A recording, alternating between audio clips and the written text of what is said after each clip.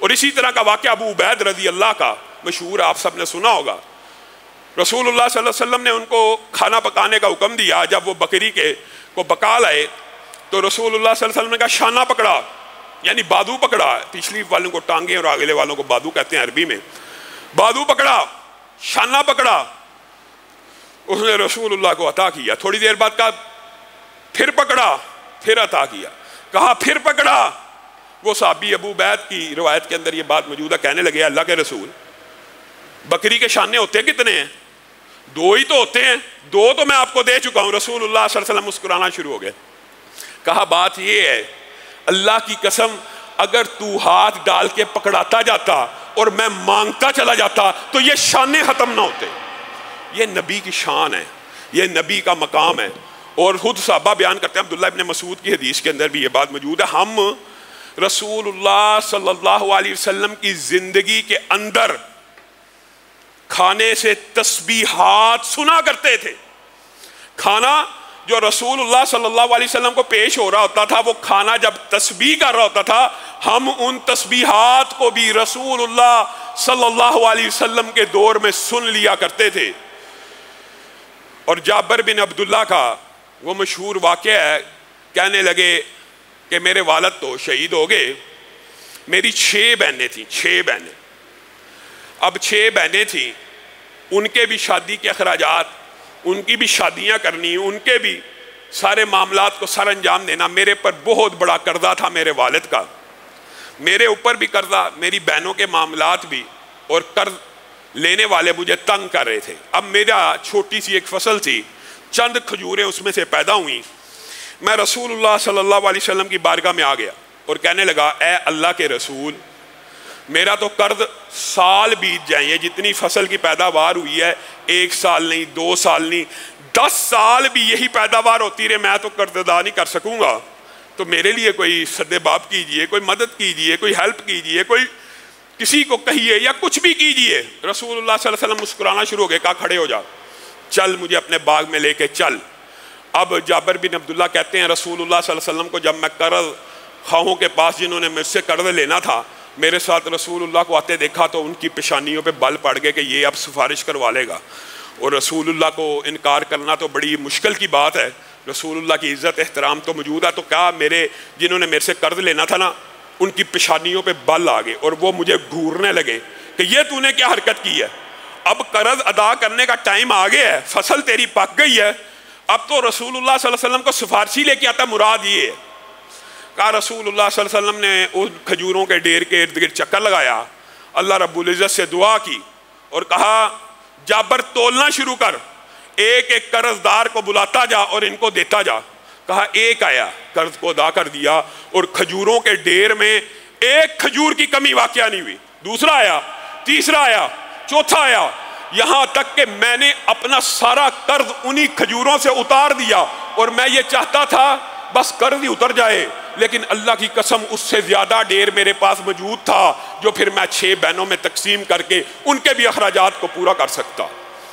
اور پھر رسول اللہ صلی اللہ علیہ وسلم میں پچھلے خطبے میں آپ کے سامنے رکھا تھا، ابو بکر و عمر موجود نہیں تھے ہوتے. کیا کہتے تھے؟ ابو بکر ایمان لے کے آیا، عمر ایمان لے کے آیا. لیکن اس واقعے کے اندر ان کی بھی اطمینان قلب کے لیے جابر بن عبداللہ کو کہا عمر کو بلاؤ. عمر آئے، جابر عمر کو واقعہ سناؤ. حضرت عمر کہنے لگے اللہ کے رسول مجھے واقعہ سننے کی حاجت ہے. اللہ کی قسم جس وقت آپ جابر کے ساتھ جا رہے تھے مجھے یقین آ گیا تھا قرض تو ادا ہو جانا. جابر عمر کو واقعہ سناؤ. اللہ کے رسول مجھے بھی واقعہ سنانے کی ضرورت ہے، اللہ کے رسول مجھے بھی واقعہ سنانے کی ضرورت ہے. تیسری مرتبہ جب چوتھی مرتبہ کہا، یہ ایمان ہے، یہ حضرت عمر کا ایمان ہے کہ جب موجود نہ بھی ہوں رسول اللہ اپنی طرف سے کہہ دیتے تھے ابو بکر ایمان لے کے آیا، عمر ایمان لے کے آیا. لیکن ان کی بھی تلیف قلب کے لیے اور اطمینان قلب کے لیے کبھی یہ بھی کہا کہ جابر عمر کو بتاؤ کیا واقعہ ہوا، اور عمر آگے سے پھر کہہ رہے ہیں مجھے بھی واقعہ سنانے کی ضرورت ہے. یہ ایمان ہے عمر کا. اور پھر چوتھی مرتبہ انکار کی گنجائش نہ تھی تو جابر نے سارے کا سارا واقعہ سنایا. اس طرح رسول اللہ آئے، ایک کو قرض ادا کیا، دوسرے کو کیا، یہاں تک کہ سارا قرض اتر گیا اور میرے پاس اتنی ہی کھجوریں باقی تھیں جہاں سے کام شروع کیا. تو حضرت عمر کہنے لگے اللہ کی قسم تو مجھے نہ بھی سناتا تو مجھے یقین تھا رسول اللہ صلی اللہ علیہ وسلم تیرے ساتھ چل پڑے ہیں، اب وہ چل پڑے ہیں تو تیرا قرض ادا ہو ہی جائے گا۔ اسی طرح کے متعدد واقعات انشاءاللہ انہی کو اگلے آئندہ آنے والے خطبہ جمعہ میں کوشش کریں گے کہ اس معجزات کے باب کو بھی جلدی سمیٹ لیا جائے، لیکن حقیقت یہ ہے کہ یہ ہم صرف چیدہ یا آپ یہ سمجھ لیں چنیدہ واقعات چن کے آپ کے سامنے رکھ رہے ہیں، ورنہ امام نووی نے رسول اللہ صلی اللہ علیہ وسلم کے 1200 سے زائد معجزات کو بیان کیا، 1200 سے زائد، ان میں سے صرف چند معجزات آپ کے سامنے رکھ رہے ہیں، اور معجزات ہی کے حوالے سے چند ایک باتیں کر کے میں اپنی بات کو ختم کروں گا۔ گرمی کی شدت ہے، اللہ تعالیٰ شدت کو کم کرے، اللہ تعالیٰ پاکستان کے اوپر بارش کا نزول فرمائے، رحمتوں کا نزول فرمائے۔ یہ جو مسجدیں ہیں رسول اللہ صلی اللہ علیہ وسلم نے ان کے بارے میں بھی ایک پیشین گوئی کی ہے۔ رسول اللہ صلی اللہ علیہ وسلم نے کہا تھا ایک وقت آئے گا، اس وقت کی جب رسول اللہ یہ کہہ رہے ہیں کہ پوری زمین میری امت کے لیے مسجد بنا دی ہے، تو بنیادی طور پہ مسجد صرف ایک ایسی جگہ ہونی چاہیے جہاں پہ لوگ عبادت کے لیے، کمیونٹی کے لیے، فیصلوں کے لیے، نکاح کے لیے، جنازوں کے لیے اکٹھے ہو جائیں، اس طرح کی طرز تعمیر ہونی چاہیے۔ اس وقت یہی کنسیپٹ تھا، کیونکہ سفر پہ انسان گیا، مسجد نام ہی ملی، پوری زمین اللہ رب العزت نے مسلمانوں کے لیے مسجد بنا دی ہے، لیکن اس کا مطلب یہ نہیں ہے کہ مسجد کے بغیر بھی نماز باجماعت ادا ہو جاتی ہے، نہیں ہوتی مردوں کی۔ رسول اللہ صلی اللہ علیہ وسلم نے فرمایا میری امت میں ایک وقت آئے گا کہ لوگ مسجدیں بنانے میں مقابلہ کریں گے، مسجدیں بنانے میں، اور ایک مسجد والا دوسرے مسجد والے کے اوپر فخر کرے گا کہ میری مسجد تیری مسجد سے زیادہ خوبصورت ہے۔ تزئین و آرائش کے حوالے سے رسول اللہ صلی اللہ علیہ وسلم نے یہ پیشین گوئی کی، ایمانداری سے بتائیے یہ پیشین گوئی تو ابھی صرف 2 صدیاں قبل اس پیشین گوئی کا ظہور ہوا کہ ایک دوسرے کے ساتھ مقابلے بازی ہے، اچھی ہے کہ ایک دوسرے سے بہتر انتظامات ہو، بہتر ہو، لیکن رسول اللہ صلی اللہ علیہ وسلم نے خاص کیا کہا، ایک دوسرے کے اوپر فخر کریں گے کہ میری مسجد کے نقش و نگار اور تزئین و آرائش تیری مسجد سے بہتر ہے، ایک دوسرے کے اوپر فخر کیا کریں گے مسجدوں کے اعتبار سے۔ اور ساتھ میں ایک تنبیہ بھی کر دی، اور اس وقت مراد یہ ہے کہ آج کا وقت ہی مسجدوں کو عبادت خانے کی بجائے، عبادت گاہ کی بجائے گزرگاہ بنا لیا جائے گا، رستہ بنا لیا جائے گا۔ اس حدیث کا کیا مطلب ہے؟ محدثین نے اس کی بڑی لمبی چوڑی تشریح کی ہے جو عام فہم انداز میں آپ کے سامنے رکھنا چاہتا ہوں۔ اللہ رب العزت ہم سب کو محفوظ فرمائے۔ مسجدیں کس لیے ہیں؟ عبادت کے لیے۔ مسجد کا حق یہ ہے کہ جو بندہ مسجد میں آئے اس وقت تک بیٹھے ہی نہ جب تک اللہ کو 2 رکعتیں پڑھ کر سجدے کر کر اس جگہ کا حق ادا کرے۔ یہ مسجد جس کام کے لیے بنی ہے اس کو پورا کرے۔ لیکن ایک وقت آئے گا میری امت کے اندر مسجدوں کو گزرگاہ بنا لیا جائے گا۔ کیا مطلب ہے؟